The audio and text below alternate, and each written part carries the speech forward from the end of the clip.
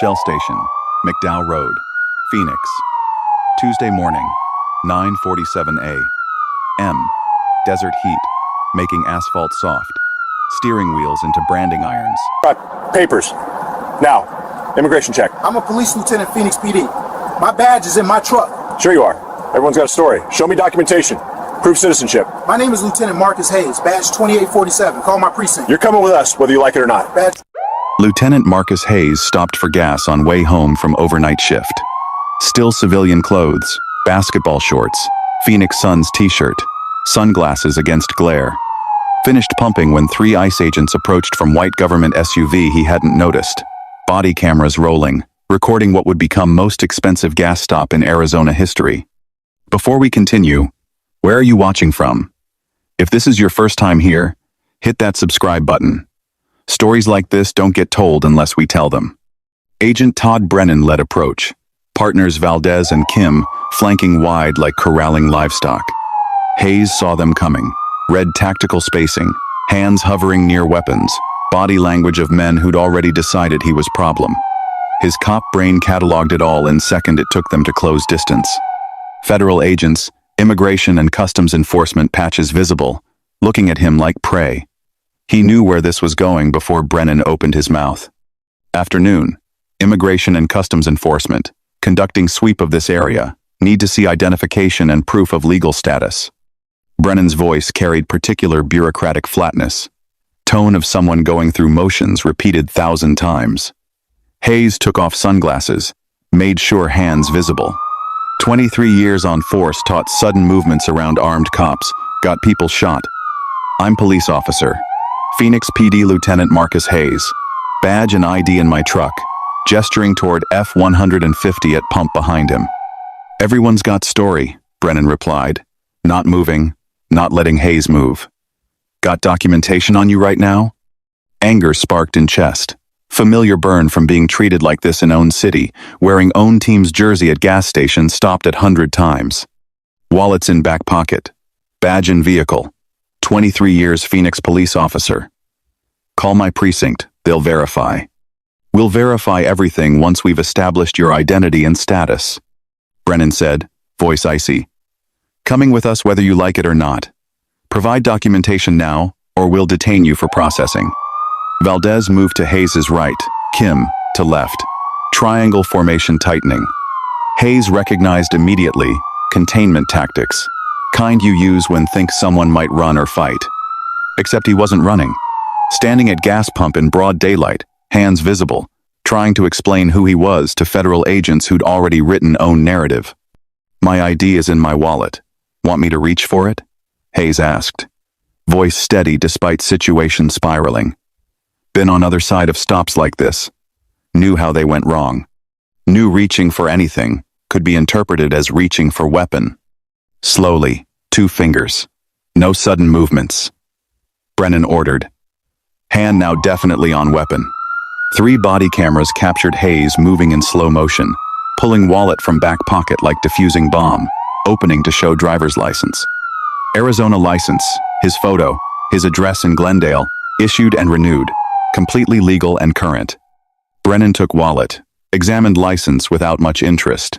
This doesn't prove citizenship or legal status. Need passport, birth certificate, naturalization papers, something establishing right to be in this country. Words landed like slap. Hayes born in Tucson. Father born in Tucson. Grandfather born in New Mexico, when still territory. Family American longer than Arizona been state. Born in Tucson. Natural-born citizen. Also police lieutenant. Badge in truck 15 feet away. Let me show you. You're not going anywhere until we've verified your status, Brennan said, pocketing Hayes' license, technically theft, later described as securing evidence. Need you to come with us for processing and verification. Processing? Hayes repeated, voice hard now. You're detaining me? On what grounds? What reasonable suspicion you have I'm here illegally besides color of my skin? Question hung in hot air. Other customers stopped.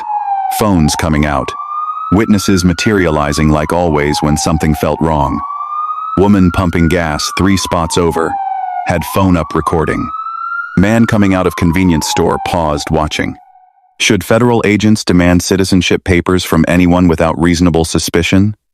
Comment below what happened to Marcus Hayes could happen to any of us. Only thing separating law from tyranny is questions we're willing to ask. We're conducting operation in this area based on intelligence about illegal employment. Valdez spoke up, camera recording Hayes' expression. Controlled fury barely held in check. Have authority to verify status of individuals we encounter. Intelligence? Hayes said. So you saw black man at gas station and decided to demand papers. That's your intelligence. That's your reasonable suspicion. Brennan's jaw tightened. Turn around. Hands behind your back. Being detained for verification of legal status pending. Call my precinct, Hayes interrupted. Not moving, not complying, not giving them what they wanted. Central Precinct, Phoenix PD. Ask for Captain Williams. Tell him you've got Lieutenant Marcus Hayes detained at Shell Station on McDowell. See what happens. Turn around, Brennan repeated, reaching for handcuffs. That's when Hayes made decision. Wasn't going to make it easy. Wasn't going to be walked into their vehicle. Disappeared into federal system for however many hours to sort out who he was. Planted feet, kept hands visible, used voice developed over 2 decades of command. Not resisting, not fleeing, invoking Fourth Amendment rights. You have no reasonable suspicion to detain me. No probable cause to arrest me. Phoenix Police Department Lieutenant, and if you put your hands on me without cause, you are committing assault on peace officer. Words came out crisp and clear, projected for cameras, for witnesses, for record. Brennan hesitated. This wasn't usual response. People they stopped usually complied out of fear or confusion, usually got in vehicle and sorted it out later. This guy citing constitutional law, claiming to be cop, making scene being recorded by multiple phones. We have authority. You have authority to stop people with reasonable suspicion they violated immigration law. Hayes cut him off. What reasonable suspicion you have about me? What specific articulable facts made you target me at this gas station? Because if answer is, I'm brown and buying gas, that's not reasonable suspicion. That's racial profiling, and you know it. Kim moved in from left, trying to grab Hayes' arm. Hayes took step back, hands still up, not aggressive, but not allowing contact. Don't touch me. Have not consented to any search or seizure. You are violating my constitutional rights, and it's being recorded from multiple angles. Standoff lasted maybe 30 seconds, but felt longer. 3 federal agents surrounding one man, customers watching, phones recording, morning traffic passing on McDowell with drivers slowing to see what's happening. Then Brennan made his decision. The wrong one. The one that would cost government $13.9 million. Subject is resisting detention. Secure him. They moved simultaneously, Valdez and Kim grabbing Hayes' arms while Brennan went for handcuffs. Hayes didn't fight. Fighting would have gotten him charged with assaulting federal officers. But he didn't help either. Dead weight, arms tense, but not pulling, forcing them to manhandle him into cuffs while continuing speaking for cameras. Not resisting. Being assaulted by federal agents without reasonable suspicion or probable cause. My name is Lieutenant Marcus Hayes, Phoenix Police Department, badge number 2,847, United States citizen.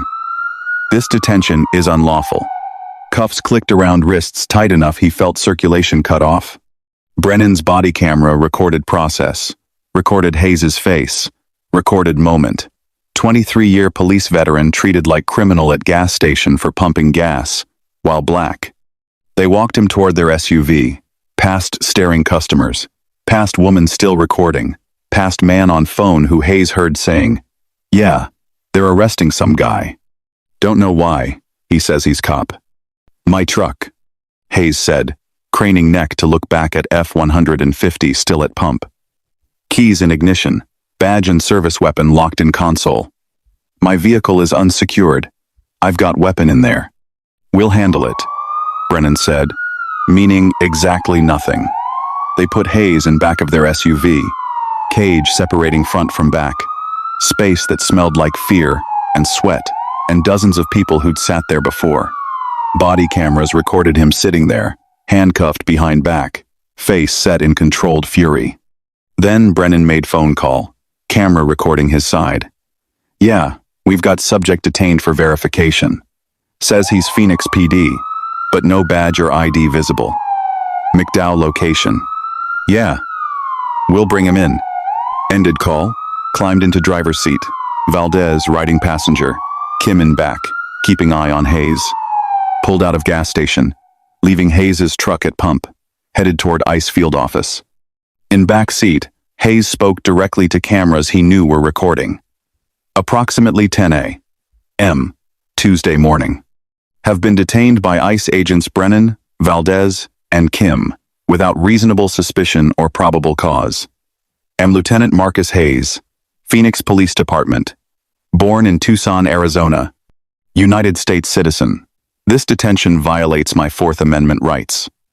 Everything these agents are doing is being recorded, and they will answer for it. Ride took 28 minutes. Hayes spent them silent after statement, breathing slowly, controlling anger, running through what would happen next. They'd process him, eventually verify who he was, eventually realize they'd screwed up. Question was how long that would take, and how much damage they'd do before admitting error. At ICE field office, parked in secured garage, walked Hayes inside, still handcuffed, still treated like detainee. Intake area busy, other people in various states of processing, agents moving with efficient boredom of bureaucracy. Put Hayes in holding room, 10 by 10 cube with concrete walls and metal bench. "Someone will be with you shortly," Brennan said, removing handcuffs. "Don't suppose you want to make that phone call to my precinct," Hayes said, rubbing wrists where cuffs left red marks. "We'll verify your identity through proper channels," Brennan replied, which meant they'd take their time, follow procedure, cover their asses before admitting they'd messed up. Door closed. Hayes sat on metal bench in federal holding cell. Police lieutenant with 2 decades of service being treated like he'd just crossed border illegally.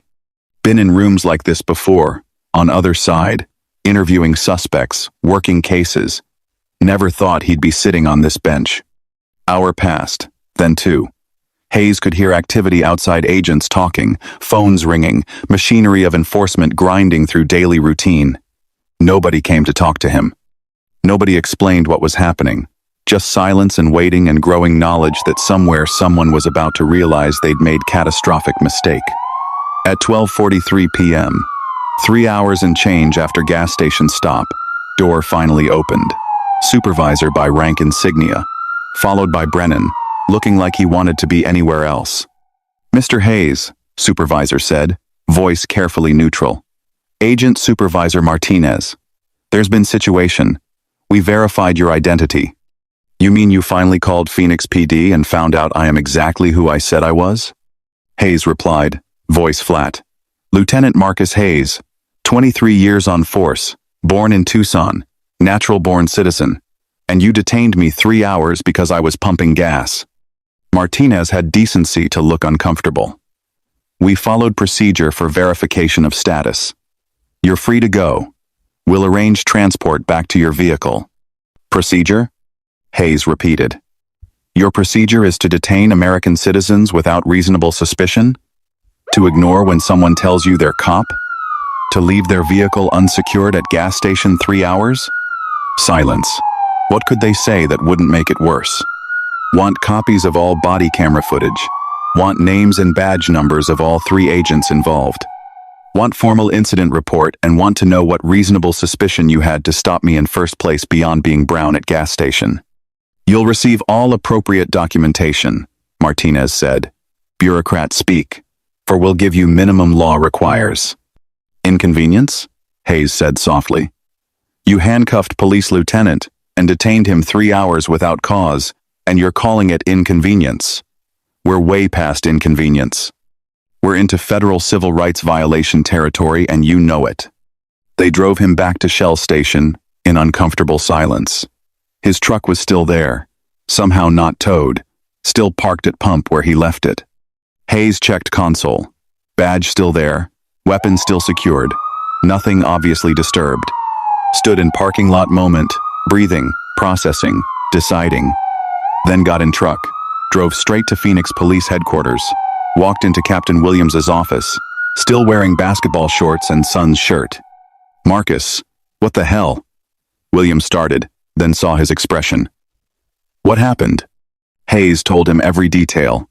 The stop, the detention, the 3 hours in federal holding cell. Williams listened with face that went from concern to fury. "They detained you for what?" "For being brown. That's it. That's whole reason. No reasonable suspicion. No probable cause. Just 3 ICE agents who saw black man and decided to demand papers." Williams reached for phone. "I'm calling chief and you're calling lawyer. This is beyond department business. This is federal civil rights lawsuit territory." Lawyer Hayes hired was Amanda Torres, civil rights attorney who'd built reputation suing federal agencies. She listened to his story, requested body camera footage under FOIA, and within 8 weeks had enough to file lawsuit making Department of Homeland Security's legal team blanch. Footage was damning. 3 angles showing Hayes being stopped without cause, detained without suspicion, handcuffed, and transported despite clearly identifying himself. Audio capturing his repeated assertions of citizenship, his badge number, his request they verify with his department, and their refusal to do so until after they processed him through their system. Lieutenant Marcus Hayes versus United States of America, Todd Brennan, Luis Valdez, Jennifer Kim.